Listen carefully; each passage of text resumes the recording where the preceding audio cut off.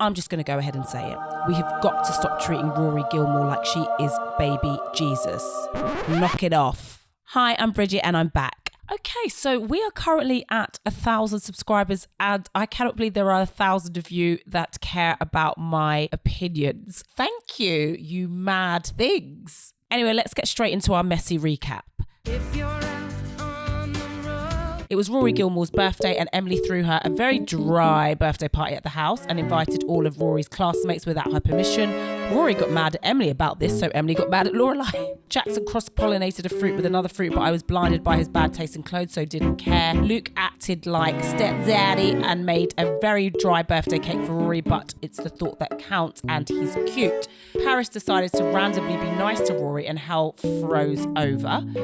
Rory got given loads of money from her grandpa Richard for her birthday, and I was absolutely beyond jealous.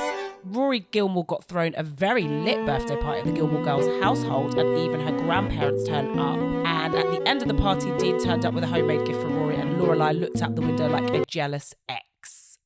And that's what you missed on Gilmore Girls. I was initially thrown when this episode started because we did not start at Friday night dinner. But it is pumpkin season in Stars Hollow, for real, for real. And Lorelai decides to commemorate this occasion by telling her daughter that she's not wearing any underwear. Right now under your skirt you're wearing not underwear. Mom!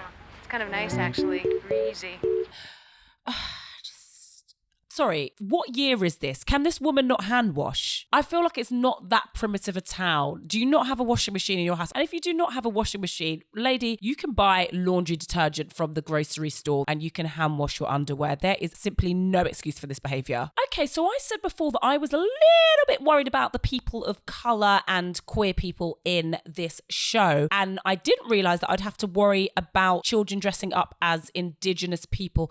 Flutter, flutter, flutter. I got pumpkins, I got pilgrims, I got no leaves. I know we know better now, but it was still shocking to see. But what was not shocking was that this crime was perpetrated by Miss Patty, who has the children dancing around in headdresses. So in the diner, Luke is having an argument with a guy called Taylor, who wants Luke to put up fall decorations in his diner. To be perfectly honest, I'm with Luke on this one. Yes, in part because Luke is cute, but also because it's his diner, it's his establishment. I'm personally not one for getting involved in other people's festivities. Don't judge me. I'm not judging you. If you want to have pumpkins, witches, ghouls, jack-o'-lanterns, whatever they are outside your house, good for you. But I'm not getting involved with that. Trick or treat, I'm not opening the door. My biggest worry about moving to a house was trick-or-treaters. And I know in America, Halloween is a big deal, but I didn't grow up like that. I grew up with a ferociously Christian mum, and I tried to tell her about Halloween, and she said, "Are you actually mad? The devil is a liar." So when the trick-or-treaters come to my door, I'm going to be so for real that lights go off, curtains are drawn, and I pretend I'm not in.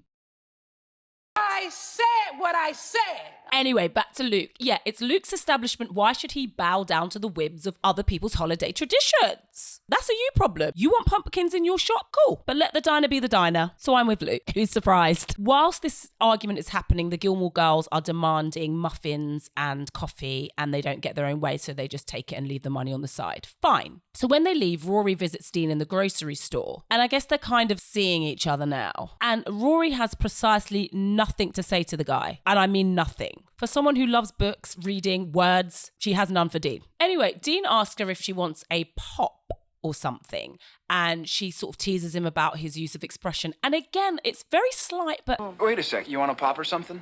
A pop? Give me a break. In Chicago, they call it pop. He's a little quick to anger. I don't love it. I've got an eye on you, Dean. Anyway, he puts the 2 drinks behind his back and he asks her to choose what hand the soda is in. And while she's choosing, he leans in and kisses her. Obviously, in another world, a normal world, this would be considered cute. But with his past behaviours, it's giving too forward for my liking. Rory looks absolutely shooketh, and I'm guessing it's because she's never been kissed. So after it happens, she says, "Thank you." And she runs out of the store without paying for the items, I might add, nearly causes a traffic accident and eventually ends up at Lane's. It is kind of cute seeing the girls get excited over a first kiss, even if it is with Dean. When Mrs. Kim comes, this quick thinking by Lane, you're a real one. Oh my God, he kissed me. Who kissed you? The Lord, Mama. Oh, okay then. So Rory's reluctant to break the news about the kiss to her mum, even though they're best friends. basically because she was willing to quit her entire academic life over this boy who she'd literally known for about 2 minutes. I was not that girl who was getting her first kisses at school. I was the girl who people secretly liked. So guys would throw rocks at my head and then write me love notes behind their friends' back because they were too ashamed to be seen liking me. Teenage boys will be teenage boys, I guess. Lane is the kind of friend you would want. I would have been jealous as all hell, but Lane sits there, lives vicariously through her, and seems genuinely happy for her. Oh, I love Lane so far, but we know how things can change. I couldn't help but wonder. Does Rory deserve this friendship? Time will tell, I guess. So Lorelai is lying on what I presume is a dirty kitchen floor while she is trying to explain to some maintenance guys over the phone that her fridge is making weird noises. Despite the dirt and the ick, her outfit slays. She doesn't get anywhere with the fridge guys and she throws a really big teenage tantrum. And I've got to be honest, I have never related more. No, I'm crabby and useless. Ah, stupid fridge guys. I hate my life. Adulting is hard. Anyway, she gets up and leaves the entire contents of her fridge just out there on the floor. She goes to Mrs. Kim's to pick up a chair that she's had sitting there for 6 weeks. When she gets there, Mrs. Kim is less than impressed with the fact that the chair has been sitting there for 6 weeks. She's also less than impressed with Lorelai's perceived parenting skills, as despite Lane's efforts to throw Mrs. Kim off the scent, she definitely overheard them talking about the kiss. This line from Mrs. Kim is jokes. She came in here and told Lane she kissed a boy in the grocery store. The grocery store, where we buy our food. Are you trying to get up there in my character analysis chart, girl?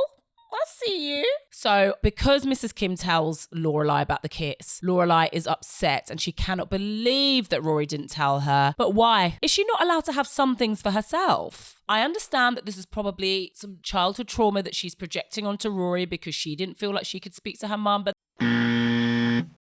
I don't know what to tell you, Lorelai. Try therapy. So Lane and Rory are taking part in some weird pilgrim thing. But anyway, they're sitting at a booth. They're still talking about the kiss. Their friendship seems really genuine. And I like this for Rory and I like this for Lane. Anyway, Lane is spilling all the tea about Dean. And I'm thinking, is there going to be tea about the time he stalked his girlfriend in Chicago and there's a warrant out for his arrest? But no, the tea is lukewarm. Apparently he has an ex-girlfriend called Beth who he broke up with amicably, who is now dating his cousin, and that is where the scandal ends. Boring.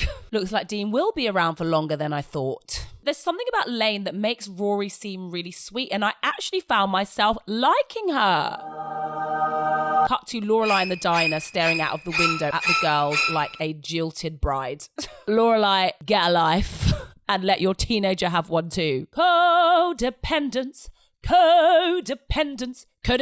allow it. Lorelai is fishing for Lorelai to spill the tea about the kiss, but Rory isn't taking the bait. So Lorelai, at her big age, decides to take it upon herself to go and stalk Dean at the grocery store. Really, lady? It's gone from codependence to about to catch a stalking case. In the grocery store, she luckily bumps into Luke and she tells him all her daughter's business, which is wild considering Rory hasn't even told her about the kiss yet. Luke talks some sense into her, talks her off the ledge, and gets Lorelai out of the store. Lorelai starts saying to Luke that Dean reminds her of her ex, Rory's dad, Christopher, which is weird. She's worried that that means she'll end up having a relationship like she has with her own mother. But again, projection. This is all boiling up inside her and she just cannot help herself. And when Rory comes home, she blurts out that she knows about the kiss and it's super awkward. So they're gearing up for movie night. Love that for them. And they head to the grocery store to buy some snacks. But Rory doesn't want to go in there because Dean's in there because that's where he works. But Lorelai manages to convince her that it won't be weird at all. So they go in.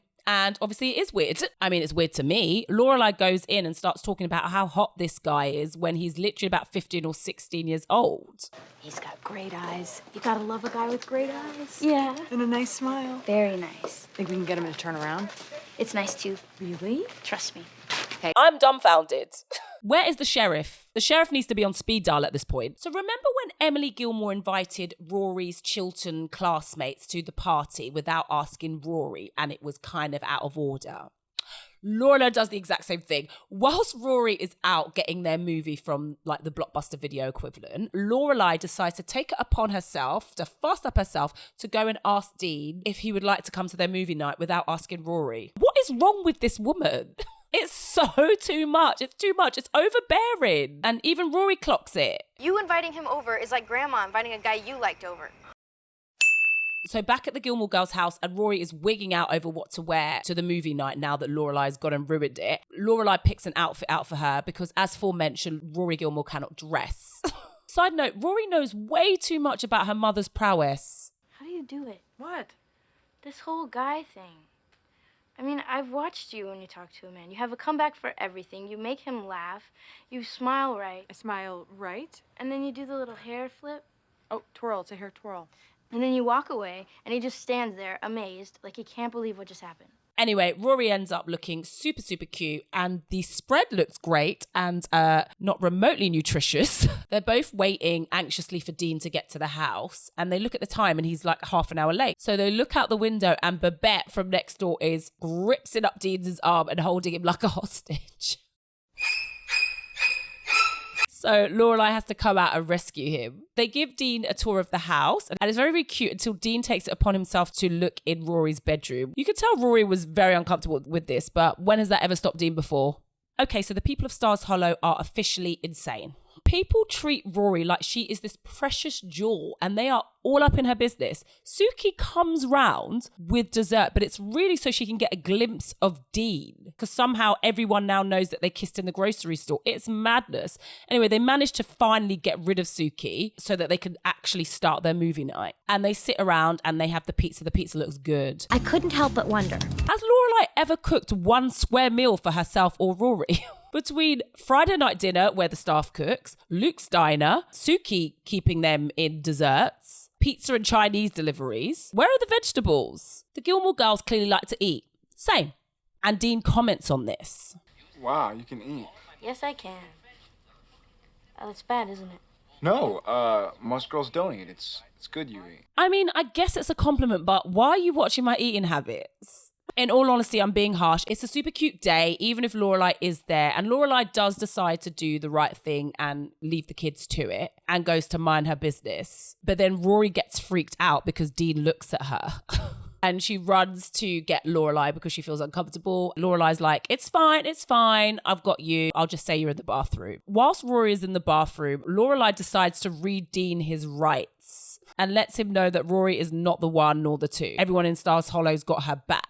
To be fair, he takes it pretty okay. He does still give a little attitude back. So Rory and Dean end up having another kiss at the end of the night, and Lorelai's still sulking about the fact that she didn't tell her about the first kiss. So Rory ends up spilling all the details about the kiss, and I hate that I think this scene is really cute.